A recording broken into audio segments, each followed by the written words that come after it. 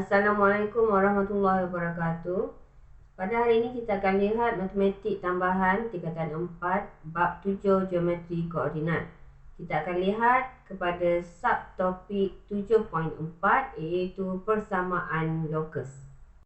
Sebelum kita mencari persamaan lokus, kita perlu faham apakah yang dimaksudkan dengan lokus. Lokus ialah suatu set titik yang kedudukannya memenuhi syarat tertentu. Sebagai contoh, ada satu kipas pusing, dia berpusing. Satu kipas dia berpusing. Pusingan kipas ini adalah berbentuk bulatan. Jadi, lokus bagi bilah kipas ini adalah berbentuk bulatan. Contoh lain, ada satu bandul. Kita ayunkan dia akan pergi ke kanan ke kiri. Jadi lokus bagi bandul ini adalah satu bentuk lengkung. Sama juga contoh lain iaitu satu spring. Spring ini dipasang satu pemberat. Spring ini akan naik dan turun.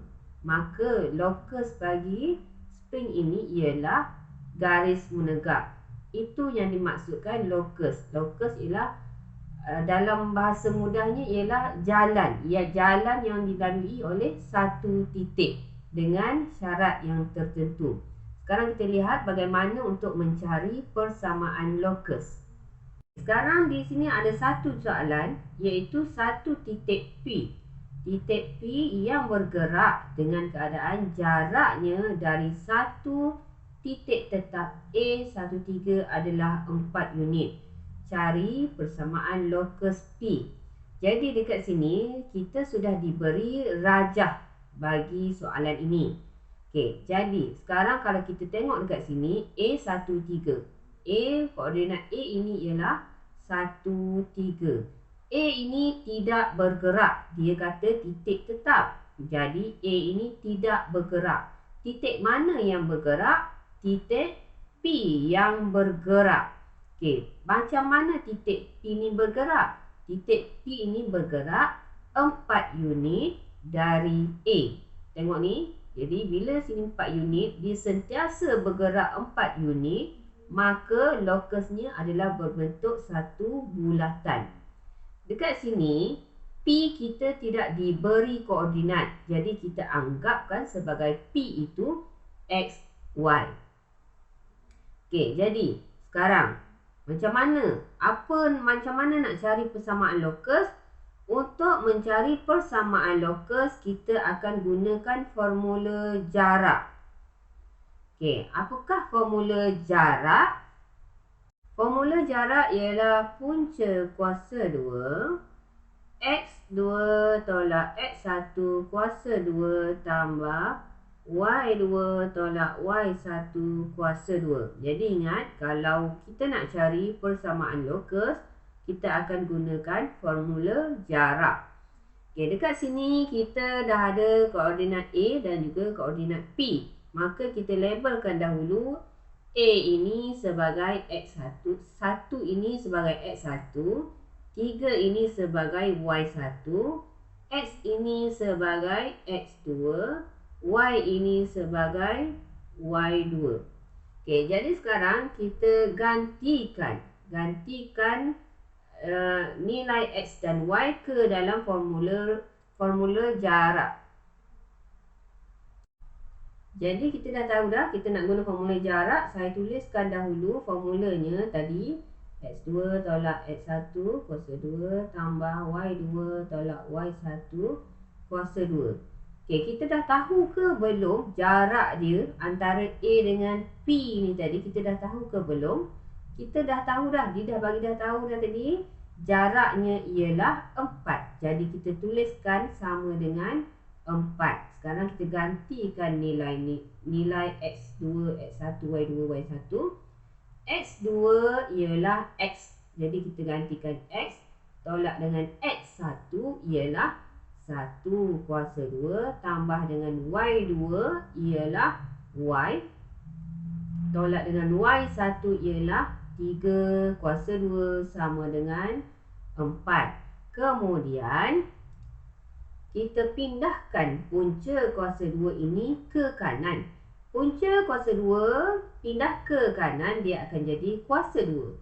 Maka yang dalam ni saya salin dulu. X tolak 1 kuasa 2 tambah Y tolak 3 kuasa 2 sama dengan 4. Punca pindah ke kanan, dia akan jadi kuasa. Sekarang kita ada kena kembangkan kuasa 2 ini. Jadi saya ajar cara shortcut je lah. Mula-mula yang depan sekali ni kita kuasakan dia jadi X kuasa 2. Kemudian setiap yang ada ini kita darabkan. 2 darab X dapat 2X. 2X darab dengan negatif 1, kita akan dapat negatif 2X. Seterusnya nilai yang belakang sekali ni kita kuasakan dia jadi negatif 1. Kuasa 2 kita akan jadi positif 1. Sama juga dengan yang ini, kita tulis dulu tambah. Kemudian yang mula-mula ini kita kuasakan 2 jadi Y kuasa 2. Kemudian setiap yang ada ini kita darab. 2 darab Y, 2Y darab dengan negatif 3. Kita akan dapat negatif 6Y. Akhir sekali negatif 3 kuasa 2 kita akan dapat positif 9. Sama dengan 4 kuasa 2 ialah 16. Kemudian kita susun. Pindahkan semuanya ke belah kiri. Kemudian susunkan mengikut unknown dia. Okay, jadi dekat sini X kuasa 2 dah tak ada dah. Kemudian tambah Y kuasa 2. Kemudian negatif 2X. Kemudian ada lagi tak X? Tak ada dah. Okay, lepas tu Y negatif 6Y. Lepas tu nombor pula tambah 1. Kemudian tambah 9. Positif 16 pindah ke kiri, dia akan jadi negatif 16 sama dengan kosong. Okay, X kuasa 2, Y kuasa 2 tak ada geng. Jadi kita salin je dahulu. Negatif 2X tolak 6Y pun tak ada geng. Okay, nombor ni 1 tambah 9 tolak 16. Dekat sini kita akan dapat negatif 6 sama dengan kosong. Jadi dekat sini dah siap ke belum? Dah siap. Dekat sini yang ini ialah persamaan lokus P. Okey, dekat sini ini ialah persamaan lah, dah tak guna selesai dah. Okey, jadi yang ini ialah persamaan lokus P. Selamat mencuba. Assalamualaikum. Bye.